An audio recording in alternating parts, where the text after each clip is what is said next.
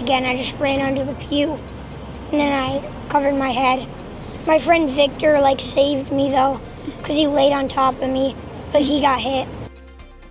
Now it's 6 o'clock.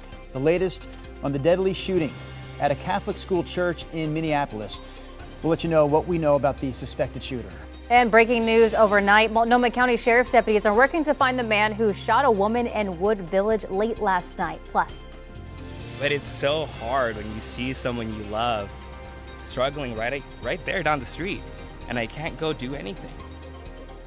The partner of a man accused of stabbing 2 people in Northwest Portland says he was going through a mental health crisis at the time.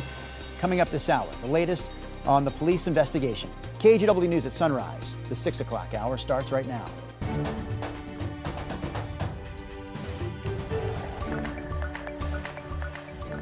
Good morning, and thank you for joining us on your Thursday. I'm China Green. And I'm Drew Carney. Lots to get to this hour, but we do also want to check in with Rod Hill and Chris McGinnis right off the top. Rod, what do you have for a forecast? Yeah, we have a nice day. In fact, I'm just feeling relaxed, like there's not going to be much for the weatherman to do today. We start with Timberline Lodge, beautiful blue sky. Get a little cloud action up there. That's signs of the snow melt, puts a little, evaporative moisture up into the sky. And when there's no wind, that cloud just kind of forms and sits there. Temperature up at Timberline this morning, 57. The batch of air is still pretty warm overall. Early, pretty morning orange sky from the Chehalem Tasting Room in Sherwood. 61 degrees there, and here's the downtown Portland view from the Wells Fargo camera.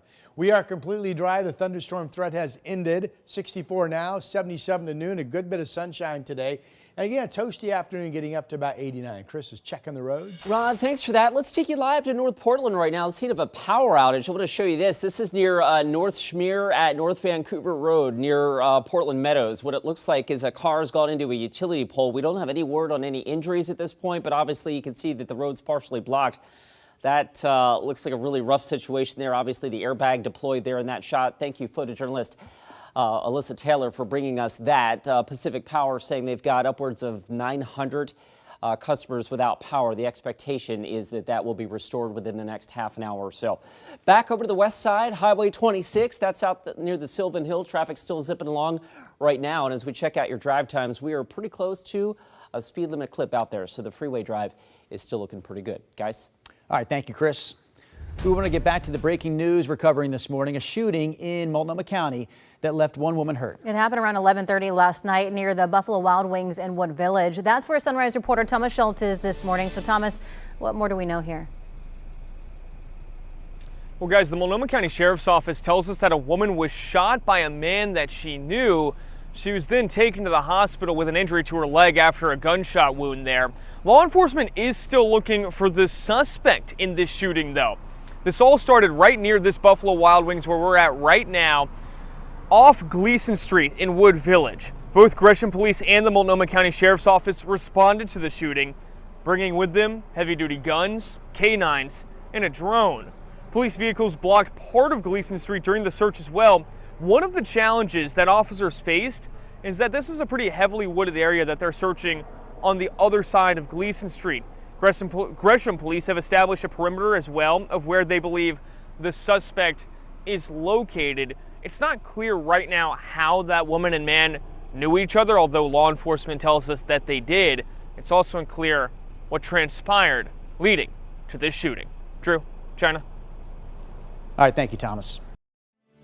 I was 2 seats away from the stained glass windows, so they were the shots were right next to me. The first one, I was like, what is that? I thought it was just something. Then when I heard it again, I just ran under the pew. And then I covered my head.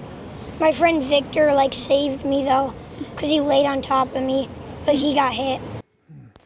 That 10-year-old is talking about the moment shots rang out at a Catholic school in Minneapolis yesterday morning. Thankfully, his friend Victor is expected to survive, but 2 children were killed. 17 other people were injured during that shooting. The shooter was also killed. The FBI is investigating the shooting as an act of domestic terrorism. We're learning more about the shooter this morning as police still try to find a motive. Our sister station in Minneapolis has the latest. Police say 23-year-old Robin Westman left these videos behind as a manifesto. They're rambling, violent, so much so that KARE 11 has blurred the imagery. There's footage of multiple firearms and ammunition, Words and phrases scrawled across the guns and magazines range from the names of other school shooters to threats against President Trump, along with racial slurs towards the Black and Jewish communities, and expressed hostility towards religion. In all, a lot of hate. The killer kept diaries, 2 notebooks, written in a conglomeration of the Russian Cyrillic alphabet and English. KARE 11's producer, MJ, speaks Russian and spent hours decoding parts of the diary. So what this person did is took Russian alphabet letters and used them to write out the words in English. What I'm doing is translating these words letter by letter and based on a sound, trying to figure out what did he actually mean. The translation reveals dated entries. On May 23rd, Robin describes an obsession with mass shootings, specifically school shootings that date back to 7th grade, and how talking about it scared other children and was reported to adults. A source close to Annunciation School tells KARE 11 in the year Robin went there were consistent disciplinary issues. The diaries contain a hand-drawn sketch showing what appears to be the layout of the church. KARE 11 has translated the caption, Annunciation from Memory.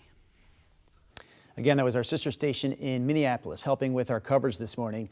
We're going to have more coverage in our next half hour. At 6:30, Sunrise reporter Corey Johnson will have details on the local response to yesterday's tragedy.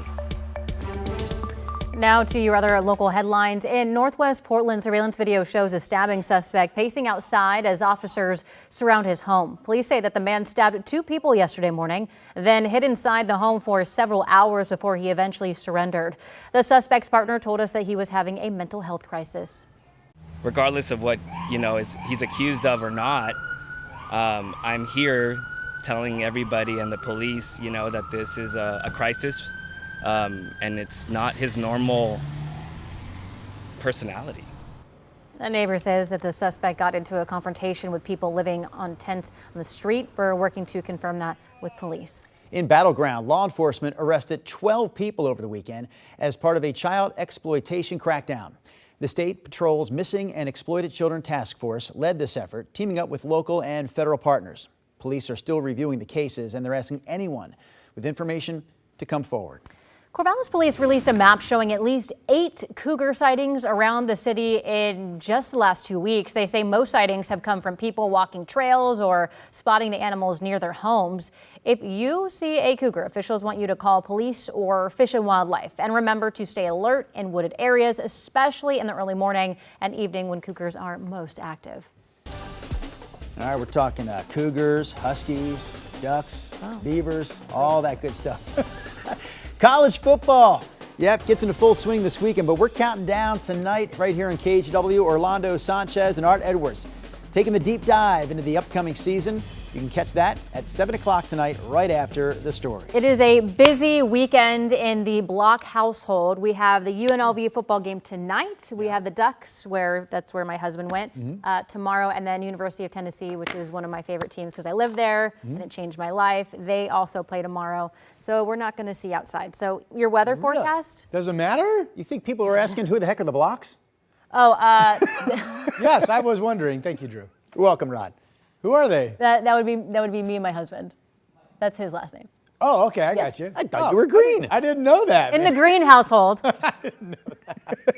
All right, here's a look at a low center.